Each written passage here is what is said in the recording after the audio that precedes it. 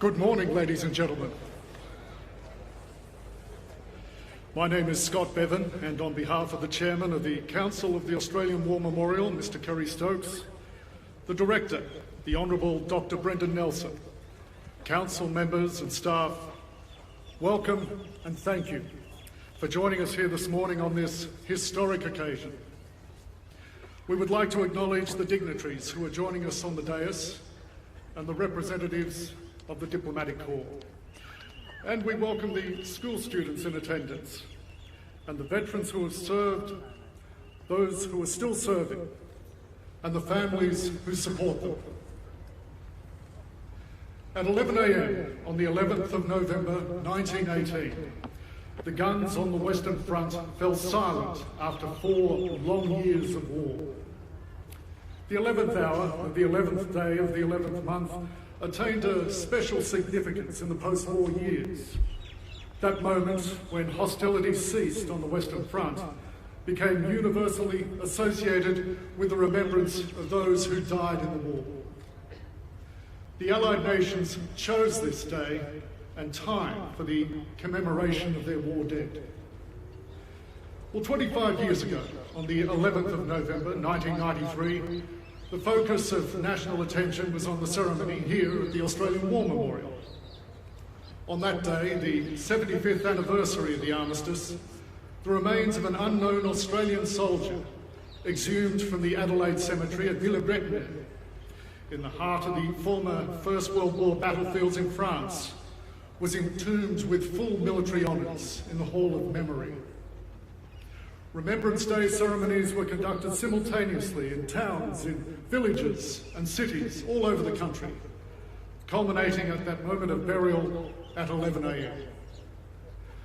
On Remembrance Day in 2013, that towering eulogy delivered in 1993 by then Prime Minister, the Honourable Paul Keating, was unveiled in bronze at the entrance to the Hall of Memory. The key phrase from the eulogy was inscribed onto the front of the tomb: "He is all of them, and he is one of us." The eulogy was read at the last post-ceremony that evening and on every Remembrance Day since, and it will be read again at the last post-ceremony this evening.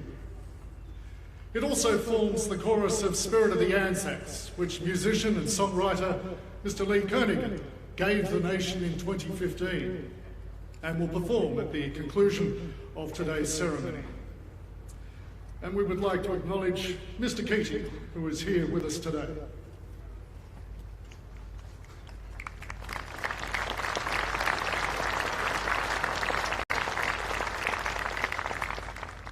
The national ceremony will now commence with the Tri-Service Guard of Honour, mounted by Australia's Federation Guard, marching onto the parade ground, accompanied by the band of the Royal Military College Duntroop.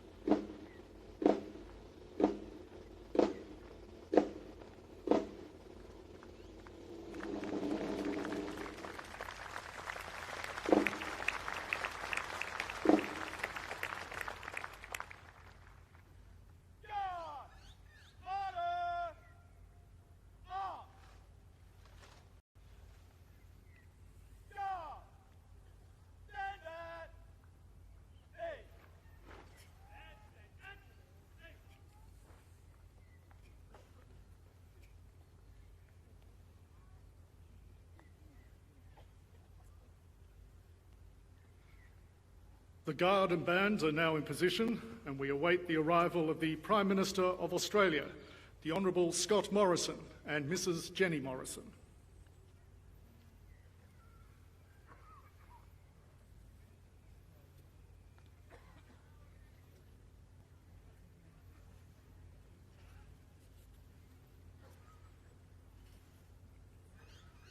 The Prime Minister and Mrs. Morrison will be received by the Chairman of the Council of the Australian War Memorial, Mr. Kerry Stokes, Ms. Christine Simpson-Stokes, the Honourable Dr. Brendan Nelson and Ms. Gillian Adamson.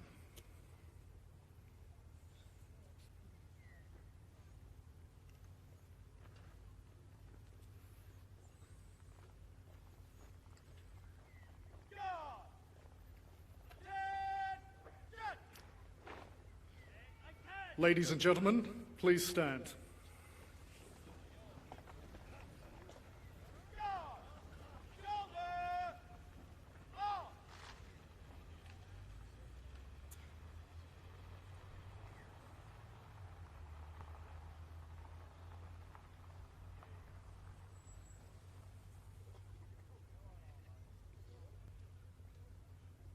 Ladies and gentlemen, please make welcome the Prime Minister of Australia, the Honourable Scott Morrison and Mrs. Jenny Morrison.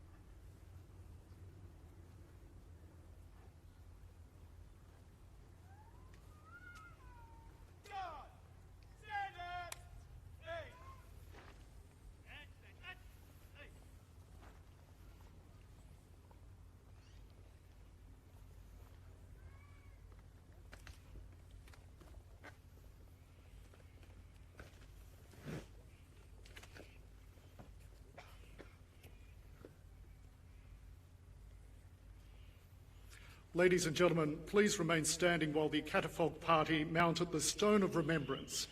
The tri-service catafalque party is provided by Australia's Federation Guard.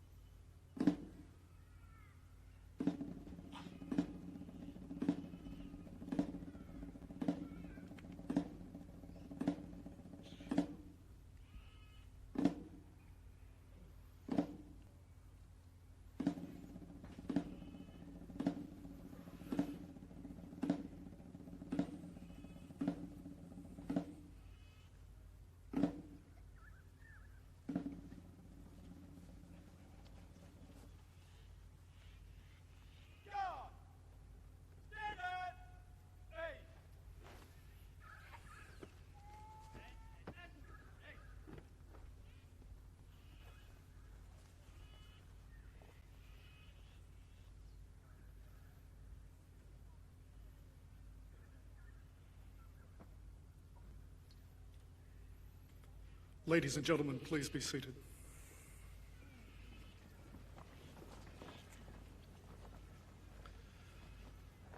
The war of 1914 to 1918 was the largest and most costly conflict that the world had known. The Great War involved the mobilisation of 70 million personnel in uniform worldwide. They fought in a global conflict that drew in more than 100 countries, caused the disintegration of old empires, and reshaped the political order for much of the 20th century. It left between 9 million and 13 million people dead. More than 1/3 of all the soldiers killed were missing or had no known graves. Many millions more were maimed physically or damaged mentally, adding to the enormous cost to all nations involved. Well, this morning, diplomatic representatives from countries around the world are also here to pay tribute to sons and daughters who didn't return and who were forever changed. The loss of these men, women, and children is a reminder that there is nothing glorious about war. Those called upon to fight know that better than anyone. But they also know that when all else fails, it is necessary to fight for our liberties and for the truths by which we live. That cause is timeless and it's noble. Today, at this marking of the centenary of the armistice and the end of the First World War, we remember and consider what has been lost to us, but also what has been gained. It is an opportunity to reflect on the values we live by and to recommit ourselves to peace.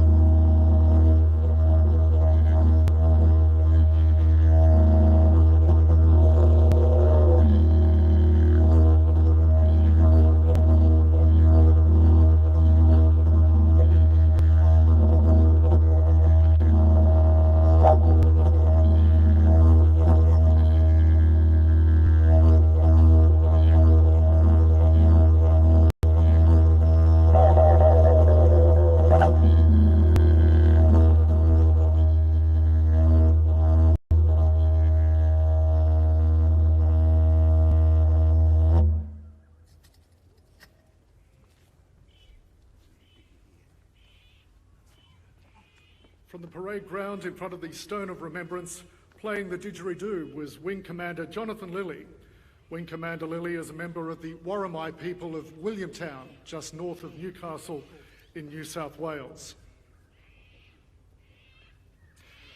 The First World War film footage you are about to see was taken by brave, intrepid figures like Ashmead Bartlett, Frank Hurley, Herbert Baldwin, and Hubert Wilkins. They carried their hand-operated wooden cameras across the shores of Gallipoli, across the mud of the Western Front and the deserts of Palestine to capture images of remarkable people.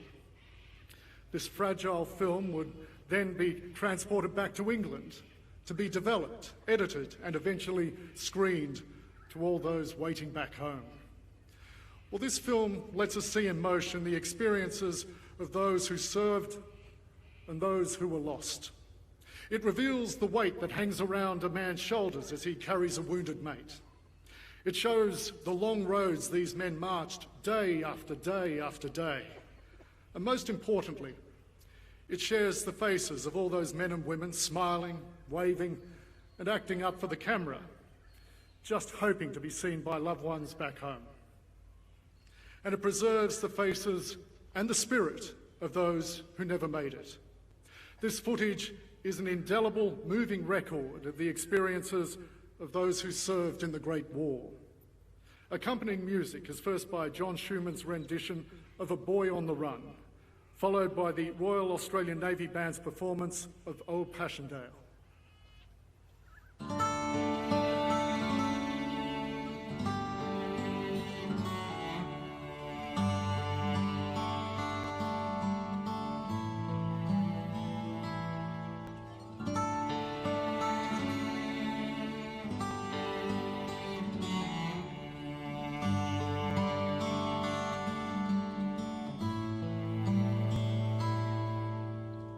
He was running like a native across the creek,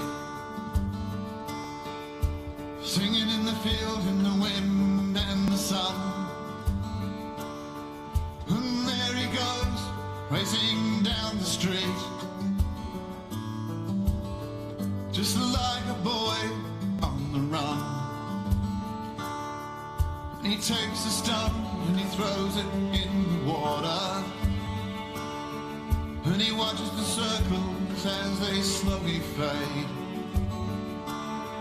and he fills the air with sudden laughter as he thinks of all the plans he made. And he's scared of the future, in need of the past, just sitting here watching his hourglass. And down the street, the accordions are calling, and go away, boy, there's nothing for you here. And he can hear the buildings falling as he's stripping away all of his years.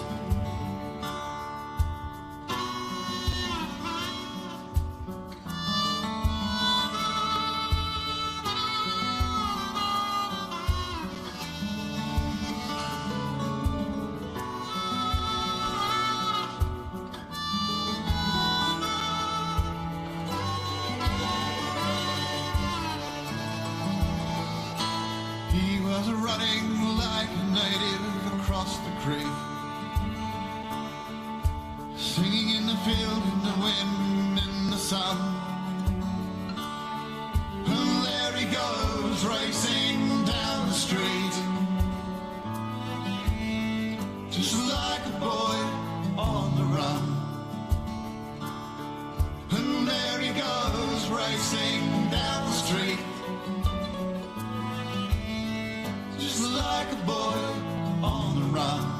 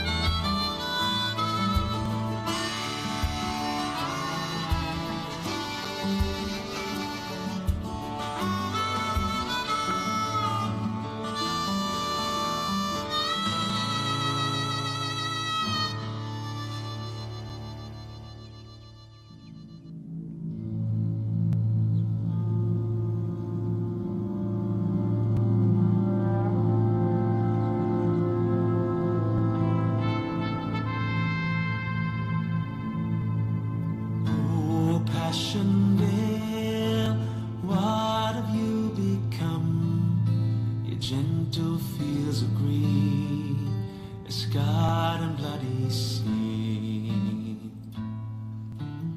Oh, Passchendaele, our best and bravest sons, from far across the sea, lie fallen at your feet. Call to the firing line, stumble through the dead and dying, shell holes and bitter freezing rain tumbles down. Men of the 3rd Brigade, huddled in the break of day, rise from the mud and storm the guns on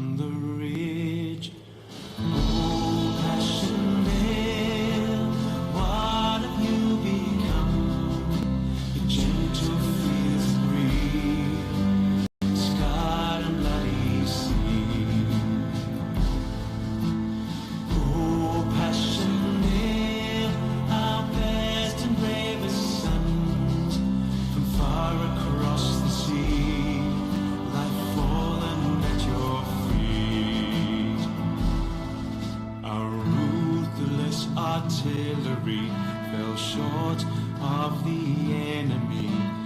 Those of us survived, ordered over the top, hung up in tangled wire, cut down in machine gun fire. Praise for the stretcher bearers, God help us all. Oh, passionate, what have you become? The gentle fields of green, scarred and bloody sea. Oh, passionate, our best and bravest sons, from far across the sea, lie fallen at your feet.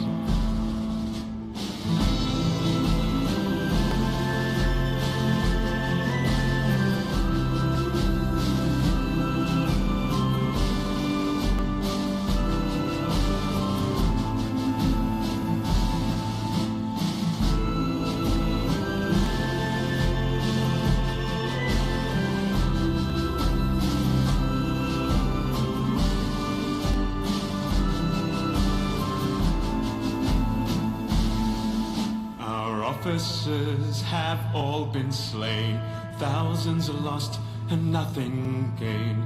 All I see is desolation.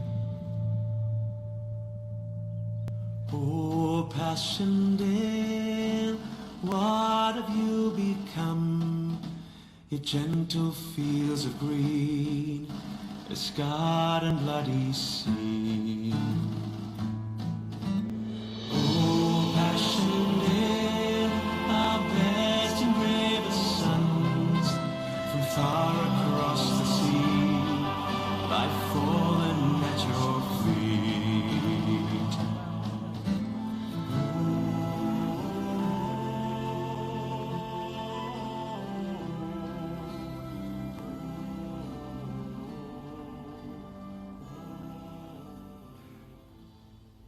Ladies and gentlemen, please stand as Mr. John King, representing the Returned and Services League of Australia, recites the Ode. After the Ode, the last post will be sounded, followed by a minute's silence and the Wreath.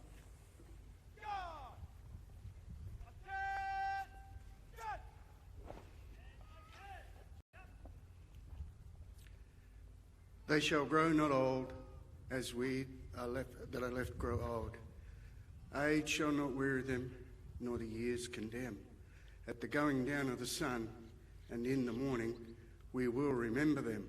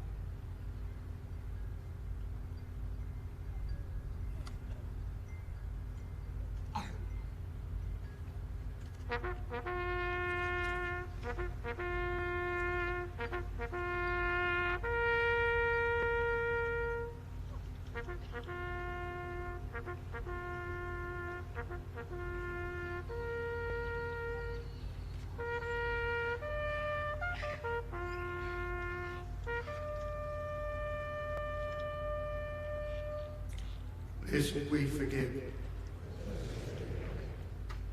Guard! Order! Arms! Guard! Stand at A!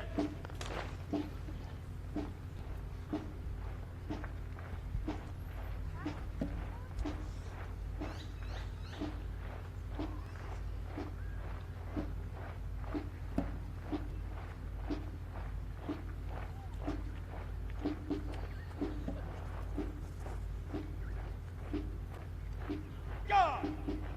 Stand! Easy!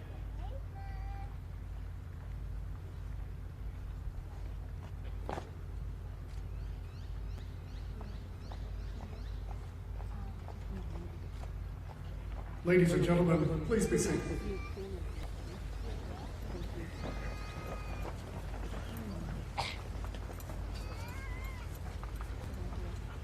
This year, the commemorative address will be delivered by the Honourable Scott Morrison, Prime Minister of Australia.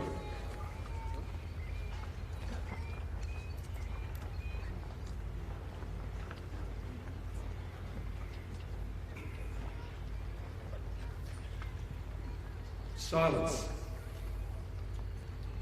At last, silence.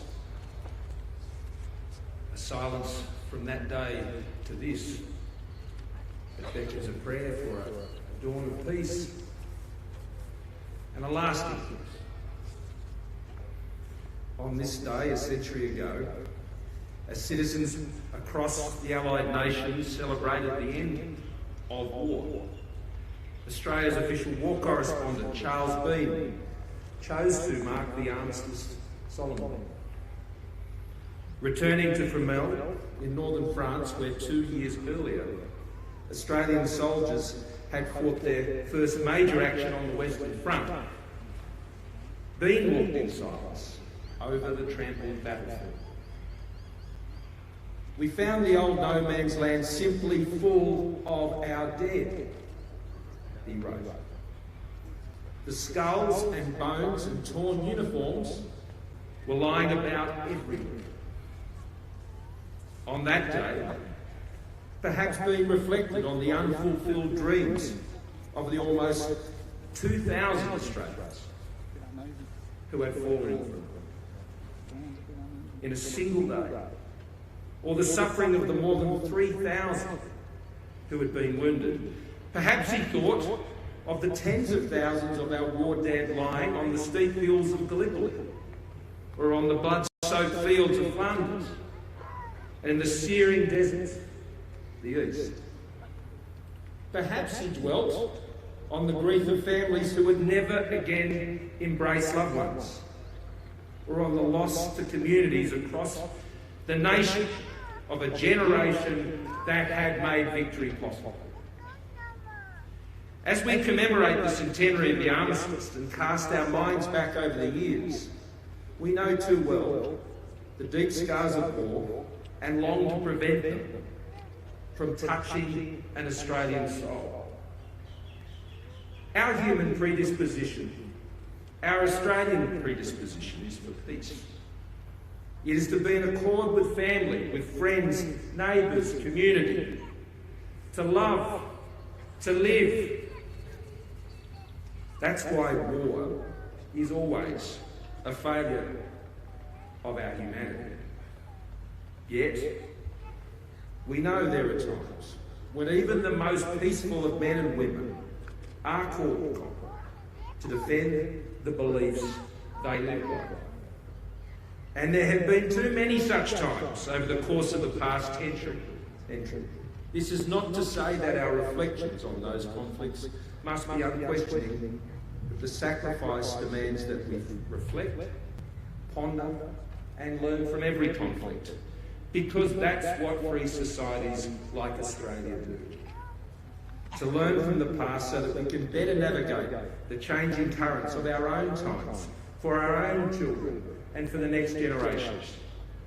Over this past century, I believe the tenor of our conflicts has tended towards upholding the highest ideals of humankind, to preserve freedom, to safeguard democracy, to stand against tyranny. And we have done so at a great cost. It is easy from the vantage point of a century to lose sight of the sacrifices made in our name. Much harder to cross the span of generations and put ourselves in the boots of someone landing in Anzac Cove, or charging into Beersheba, or struggling against the rattle of death on Flanders fields. Those who fought in the Great War had the same and normal flaws and frailties of any other Australian, of any other generation. Yet their selflessness at the darkness of times has set them apart for eternity in our nation's consciousness. Andrew Gillison, a chaplain, heard cries coming from no man's land while in a trench at Gallipoli. Despite having been warned about the snipers, he tried to crawl out to rescue the wounded soldier, Call. He did know what the risk was, but he didn't know what it was to do the right thing, and he lost his life. Alice Chisholm, a mother of 5, sailed to Egypt to be near her son who had been wounded. She stayed to set up flood canteens and shelters for Allied troops serving in the Middle East. And after the war, she supported our diggers by establishing a returned soldiers club in Gold. William Rawlings, a horse trainer from near Warrnambool, risked his life to clear a path for his fellow infantrymen during an attack at Ballancourt on the Western Front. He was one of 1,000 Indigenous Australians who volunteered when their country did not properly recognise them or their people. And he would die just a few months before the armistice. They saw our country not just for what it was then, but what they dreamed it would once become. We often say that men and women like this were fearless, but I actually don't believe that. Because bravery is not the absence of fear. It is the choice to commit to a purpose greater than your fear. That is the moment when fear is conquered. They feared greatly but acted nonetheless. And it is this that embodies our highest aspirations as a nation and as people.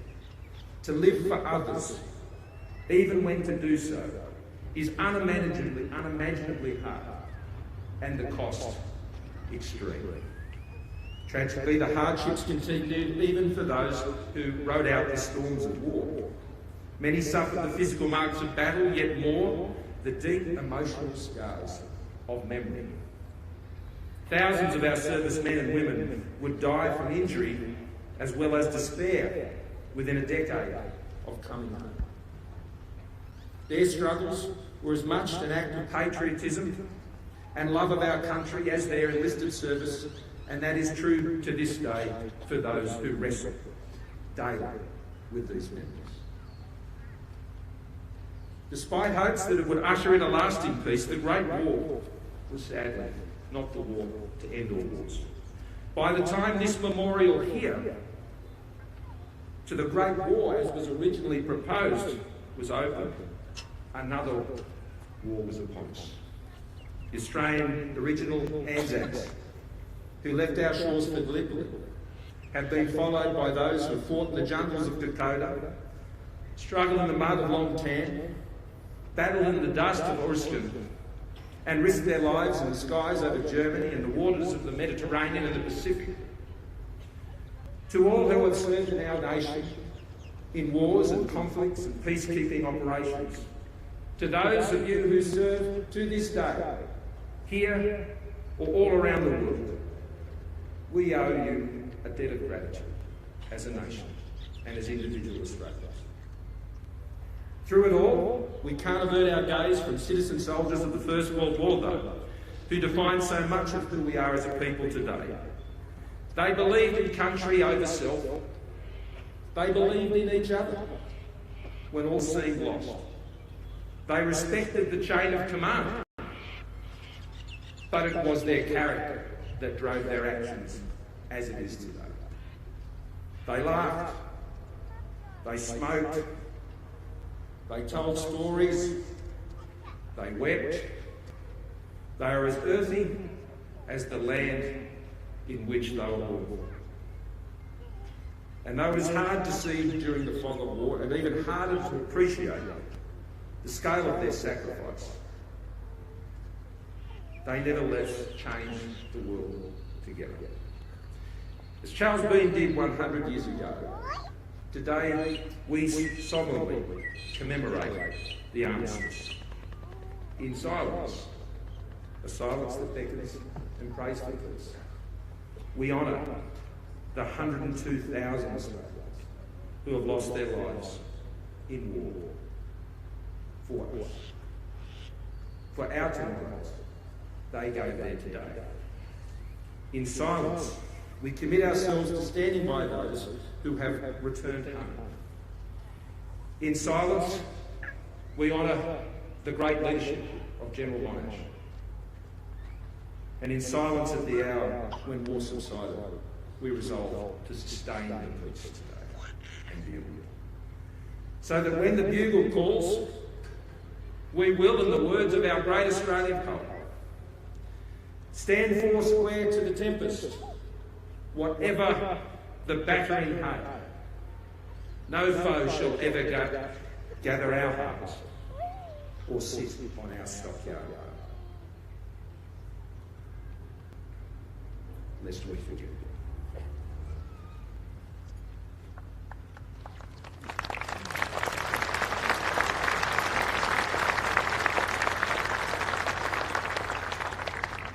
Prime Minister, thank you for your words. Wreaths will now be laid in the following order. The Prime Minister of Australia, the Honourable Scott Morrison. National President of the War Widows Guild of Australia, Mrs. Meg Green, and accompanying her, Widow of Contemporary Operations, Ms. Gwen Cherney.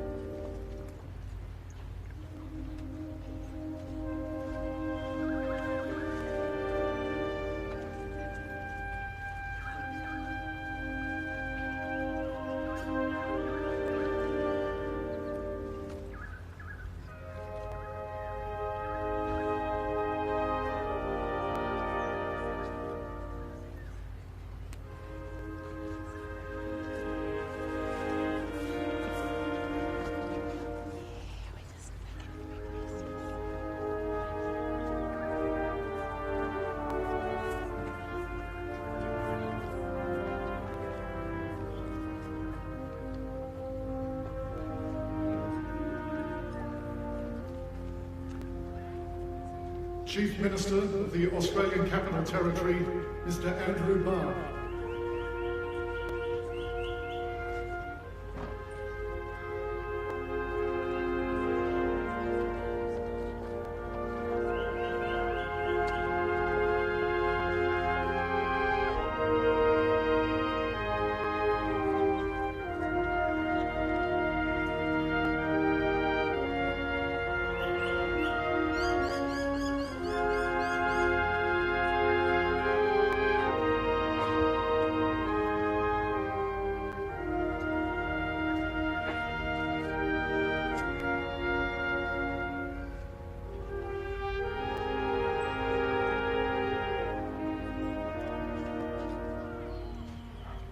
Representing the Speaker of the House of Representatives, Ms. Gay Brockwell.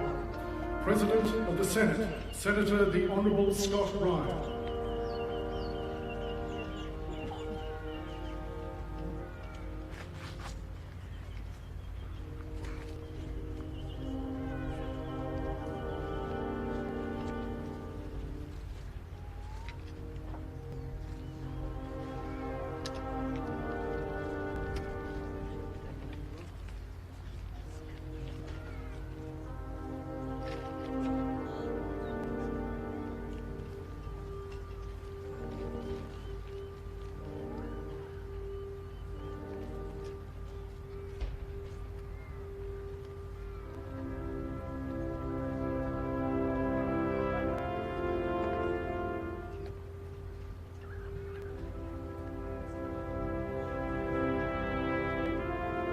Chief Justice of the High Court of Australia, the Honourable Chief Justice Susan Keefe.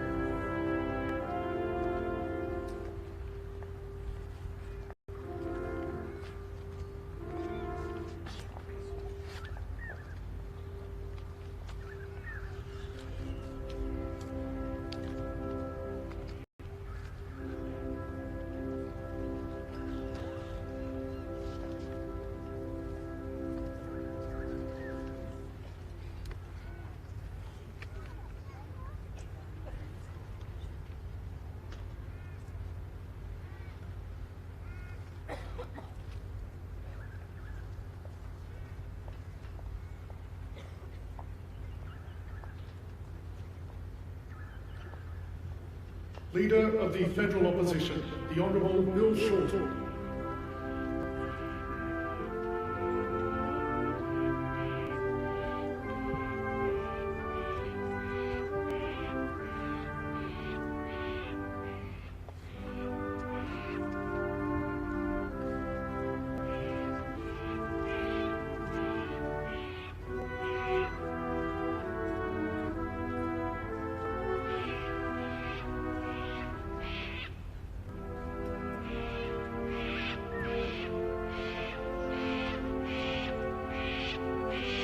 Chief of Defence Force, General Angus Campbell. The Chairman of the Council of the Australian War Memorial, Mr Kerry Stokes, and representing the Returned and Services League of Australia, Mr John King.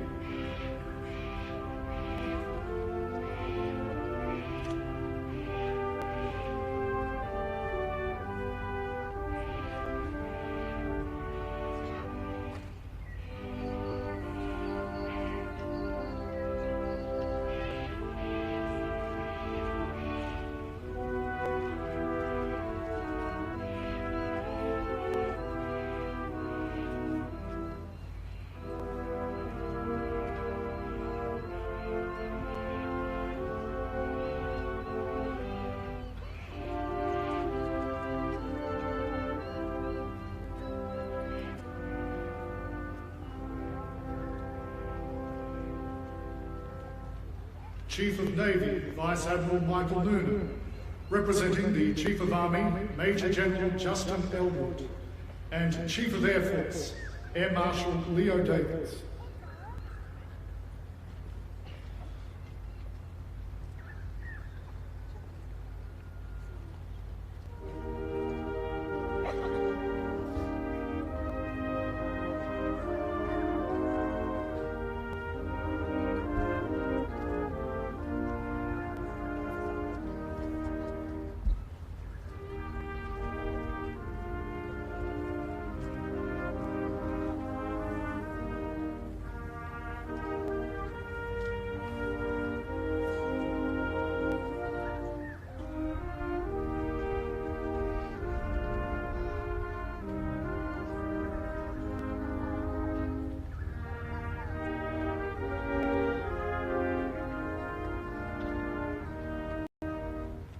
National President of the Aboriginal and Torres Strait Islander Veterans and Services Association, Squadron Leader Gary Oakley.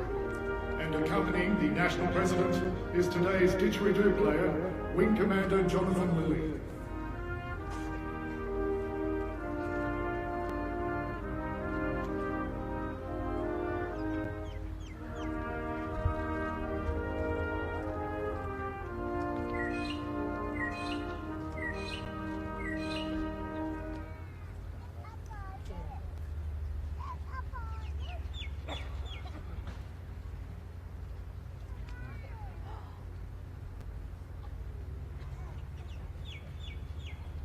National President of the Naval Association of Australia, Commander Terry Makins.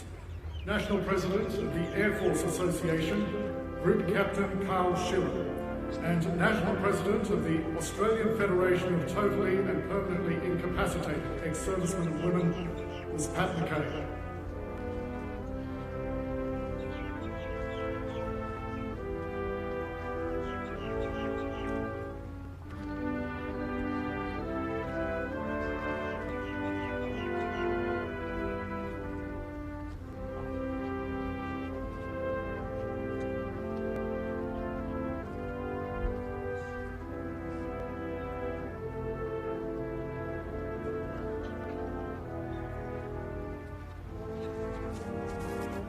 Chairman of Legacy Australia, Legatee Richard Cranmer, and Junior Legatees, Ms. Anna Grice and Ms. Catherine Grice.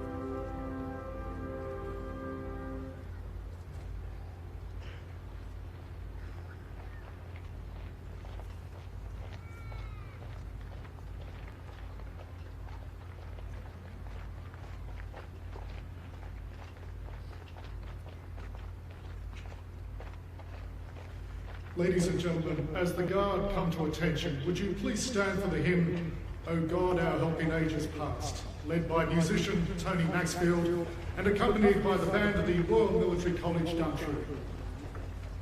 God! God! Attention! Judge!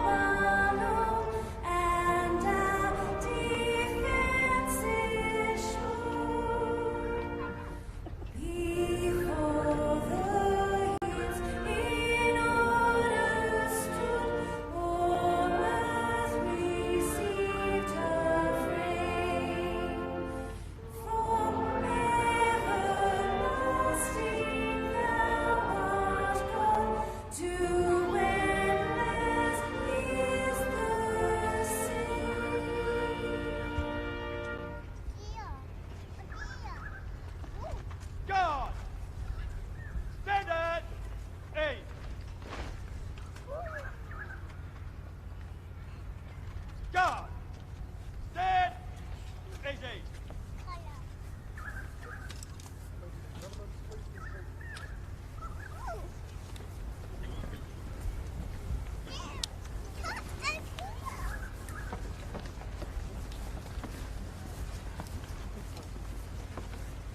The embassies and high commissions of more than 100 countries are located here in Canberra, and the diplomatic corps are an active and integral part of the fabric of the national capital.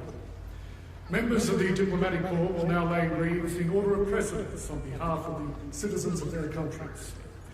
This gesture symbolises a unified desire for peace and the respect shared by all nations for the memory of those who were lost during the war and other operations. Timor-Leste, Vanuatu, Tonga, Estonia, Malta, Romania, New Zealand, Slovak Republic.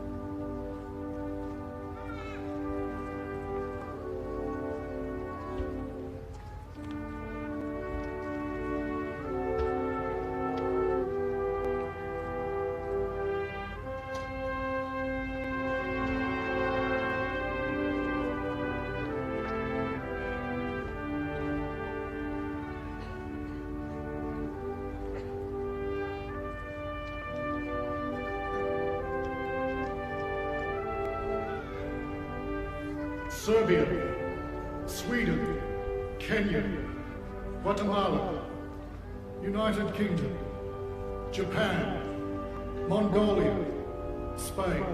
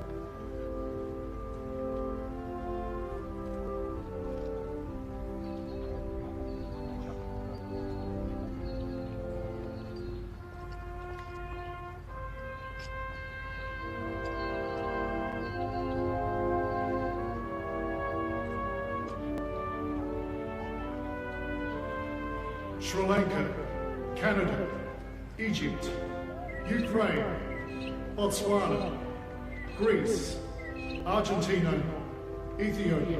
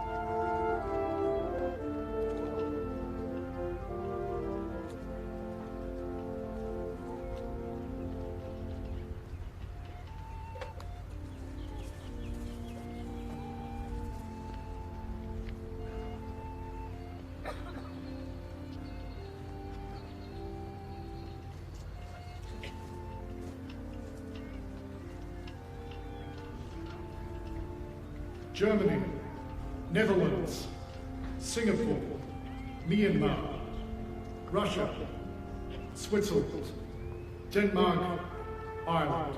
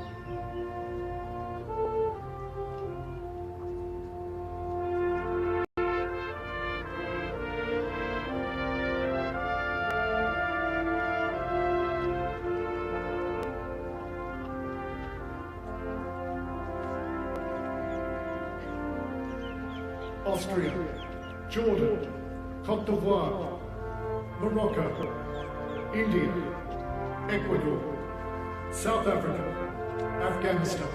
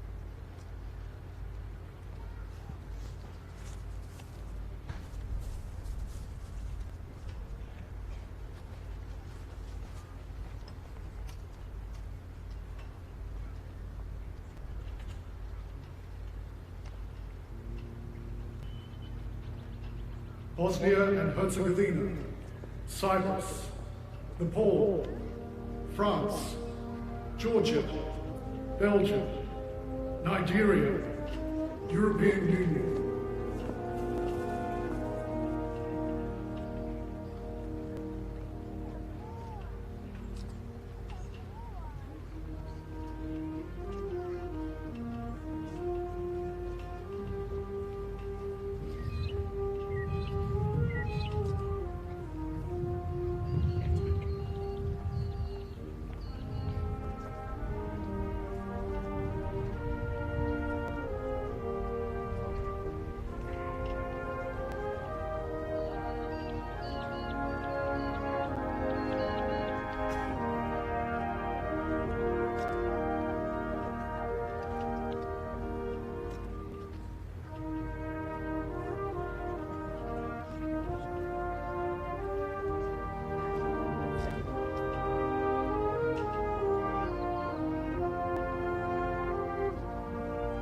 Malaysia, Mauritius, Uganda, Ghana, Israel, Bangladesh, Republic of Korea, Thailand.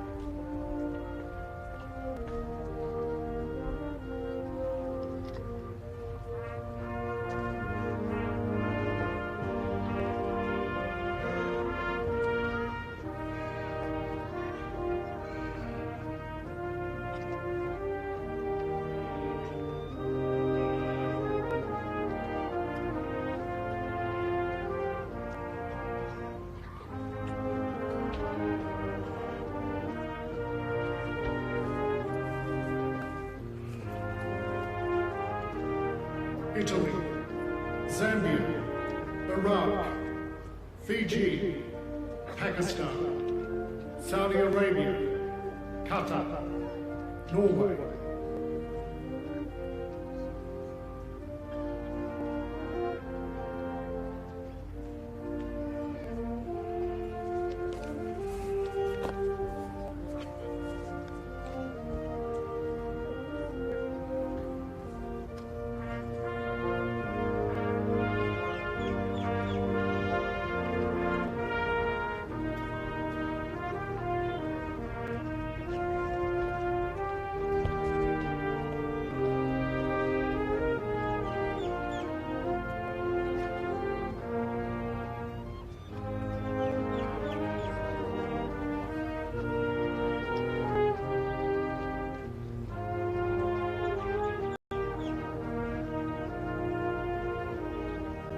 Slovenia, Hungary, Lebanon, United States of America, Papua New Guinea, Czech Republic, Kosovo.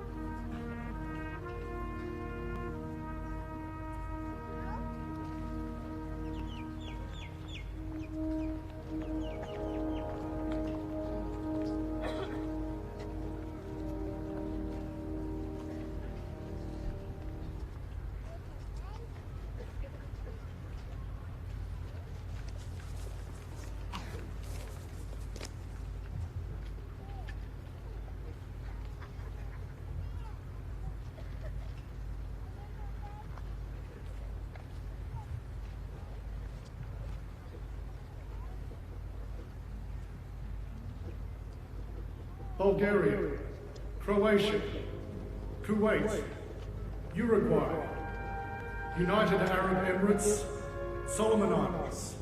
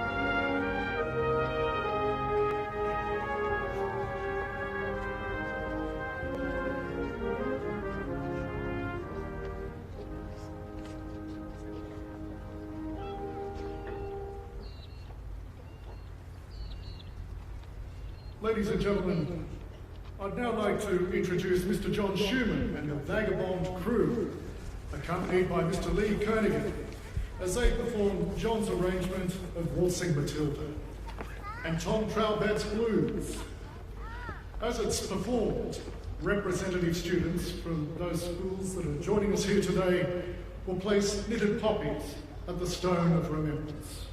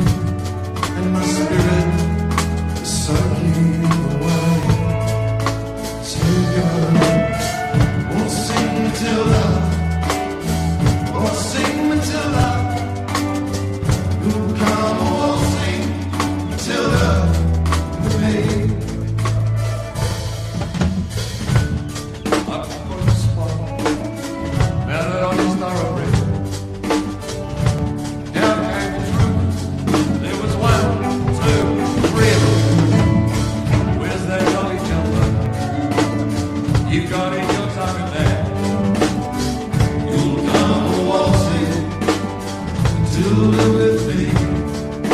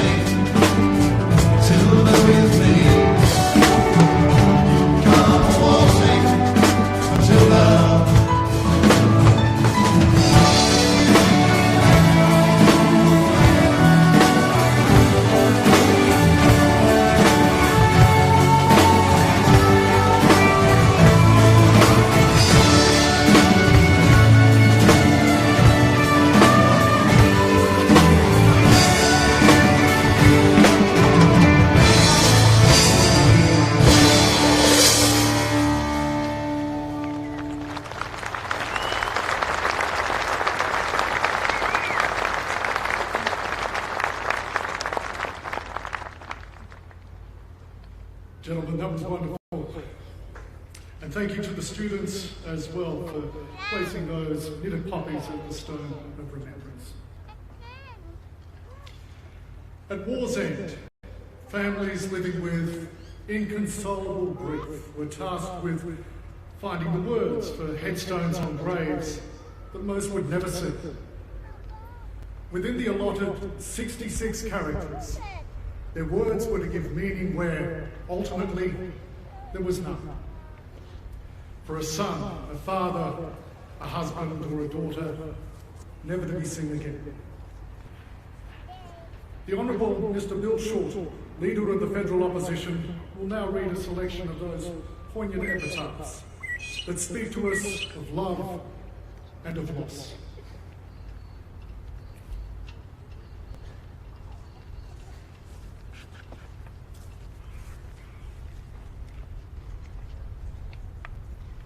Too dearly loved to ever be forgotten, mother and father.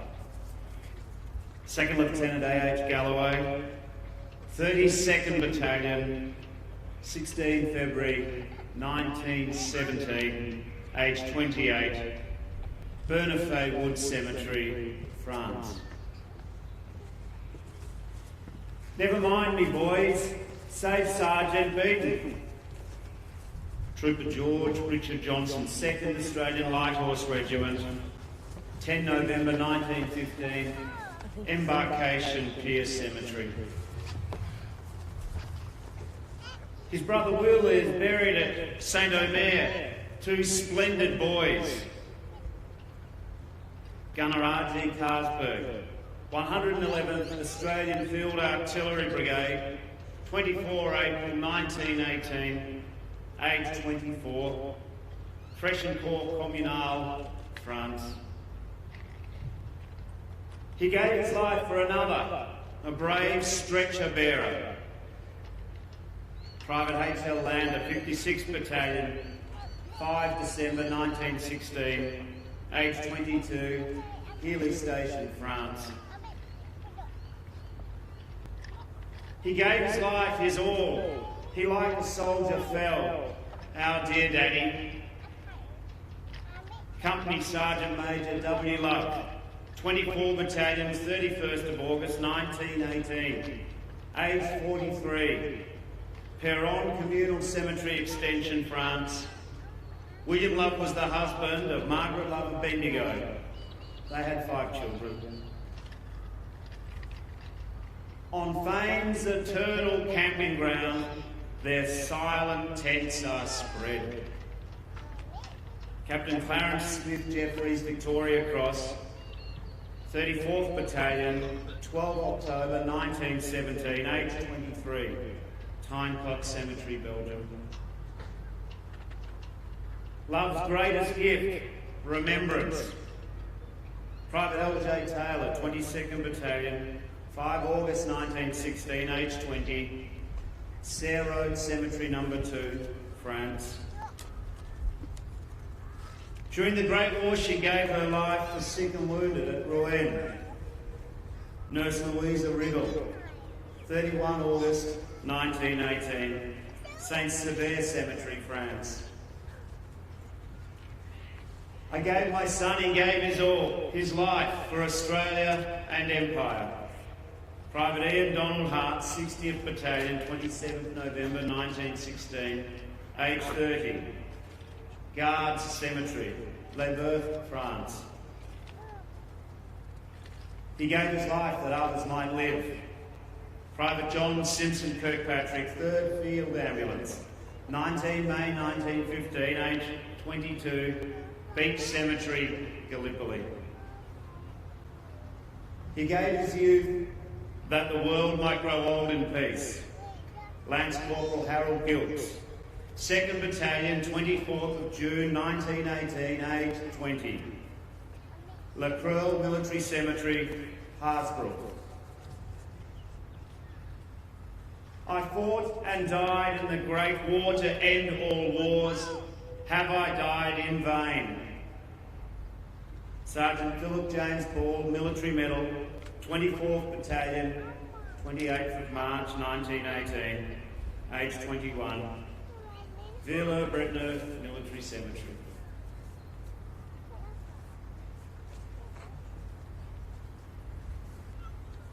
Mr. Shorten, thank you. Ladies and gentlemen, it is my pleasure to again introduce Mr. Lee Kernaghan to sing what we consider the Australian anthem of the centenary of the First World War, Spirit of the Anzacs. Inspired by the letters and diaries of Australian servicemen and women held here at the Australian War Memorial, the chorus of this song is drawn from the eulogy for the unknown Australian soldier, and it speaks to more than a century of Australian service. And the song has been entirely for the benefit of legacy and soldiery.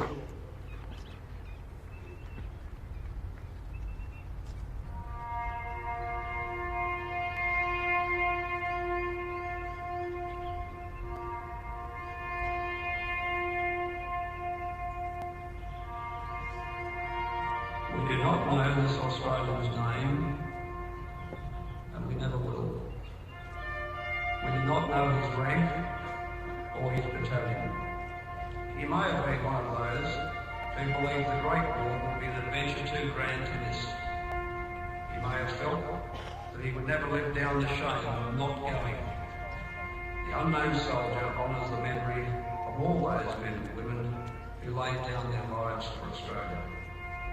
We've lost more than 100,000 lives, but we've gained a legend and a deeper understanding of what it means to be Australian.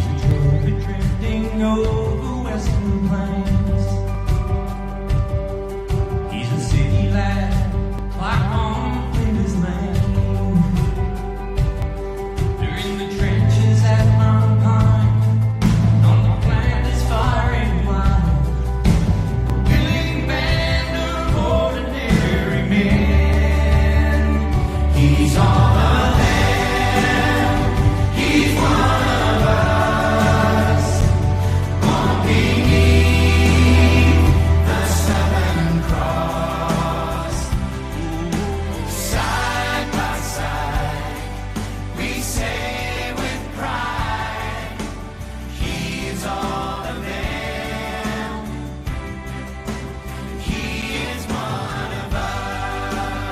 of us.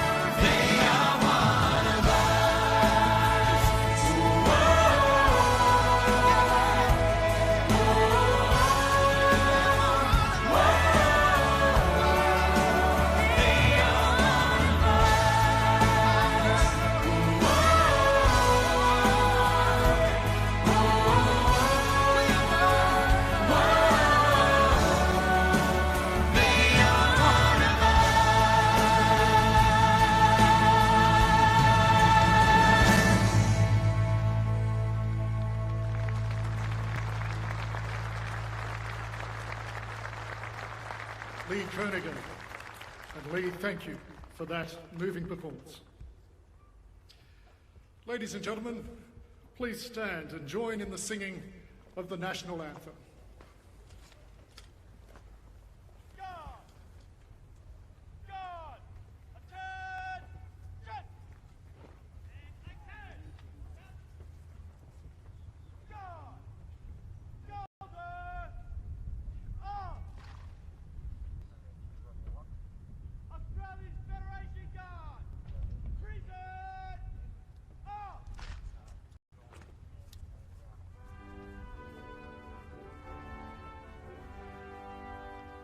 Australians, all let us rejoice, for we are young and free. We've golden soil and wealth for toil. Our home is good by sea. Our land abounds in nature's gifts, all beauty rich and rare. In history's page, let every stage advance Australia fair. In joyful strains, then let us sing, advance Australia fair. Guard! Shoulder! Arm! Ladies and gentlemen, please remain standing as the catafalque party dismounts the stone of remembrance. Guard! Order! Arm! Catapult party, inward, turn. Catapult party, work, march.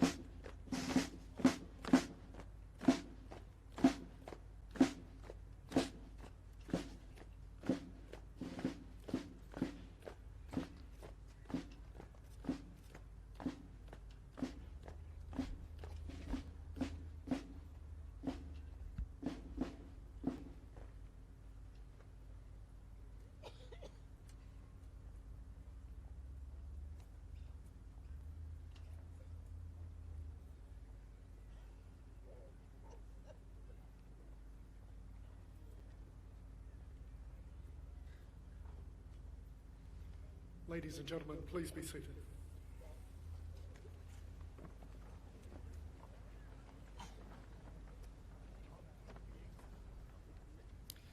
One of the Australian War Memorial's centenary initiatives has been the Commemorative Cross Program. Now, this project draws on the commemorative experiences of students visiting the memorial by capturing, in their own words, individual reflections on those who have sacrificed their lives in war and other operations. These thoughts take the form of short messages on wooden crosses, which are then laid on war graves where Australian servicemen and women are buried overseas. More than 75,000 of these crosses have been placed on Australian graves in 39 countries with the assistance of the Department of Foreign Affairs and Trade. Floral tributes incorporating these small wooden crosses will now be placed at the tomb of the unknown Australian soldier in the Hall of Memory by the Honourable Scott Morrison, the Honourable Bill Shorten, General Angus Campbell, Mr Kerry Stokes, the Honourable Dr Brendan Nelson, their partners and guests. And they'll be joined by the Honourable Paul Keating on this special anniversary of the entombment of the unknown Australian soldier.